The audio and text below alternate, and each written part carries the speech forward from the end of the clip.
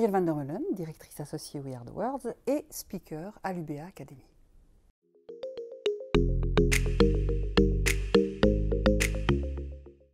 Oui et non, les fondamentaux ont évolué, les fondamentaux de la stratégie de contenu, il y en a toujours qui sont les mêmes évidemment, c'est de savoir qu'il faut des contenus utiles, attrayants, des contenus pérennes aussi, parce que ça coûte cher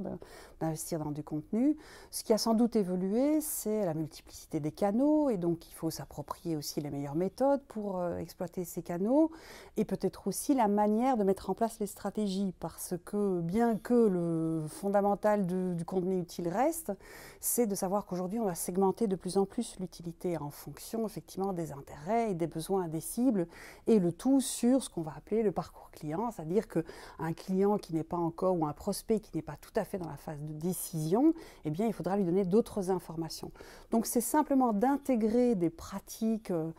et d'intégrer aussi la manière dont le marketing a évolué dans les fondamentaux qui importent.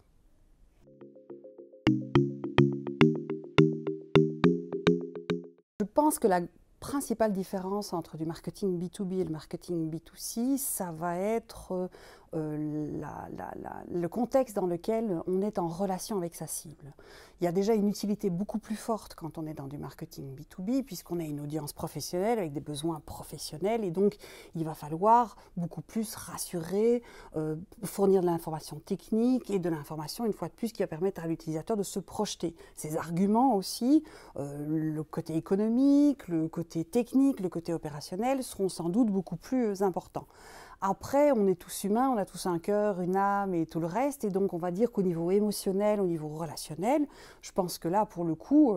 c'est assez pareil. On se pose souvent la question d'ailleurs en B2B, tiens, Facebook, est-ce que ça a une raison d'être alors qu'on est en B2B? Oui, parce qu'on est presque tous sur Facebook, parce qu'on a un gamin en Erasmus quelque part et que donc on utilise, et c'est pas mal en termes de notoriété de marque d'aller aussi sur des plateformes où effectivement notre clientèle, qu'elle soit B2B, B2C, va être également. Par contre, là où on va effectivement peut-être être plus prudent en marketing B2B, c'est de moins solliciter l'utilisateur sur une qualification de ses besoins qu'on est censé devoir faire soi-même. Là où en B2C, ça fonctionne assez bien de tester les goûts de l'utilisateur, en B2B, votre client, votre prospect estime que vous devez savoir par défaut ces éléments-là, et donc c'est par d'autres truchements qu'on les aura.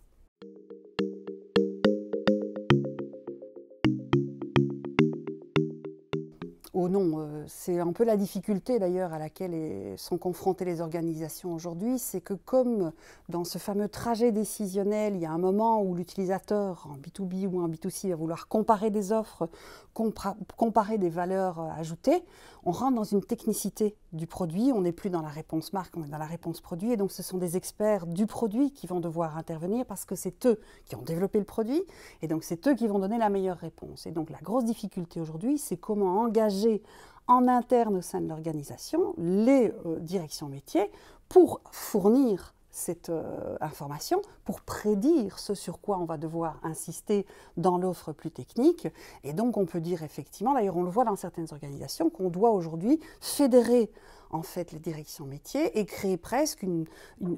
stratégie transversale avec un head of content qui va aller glaner effectivement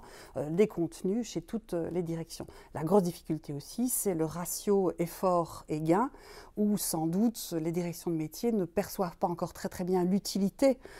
d'utiliser ces médias, alors qu'aujourd'hui précisément, comme on a un consommateur qui est très informé et qui a pris l'habitude d'être informé, ce sont eux qui en première ligne vont donner la qualité de cette information.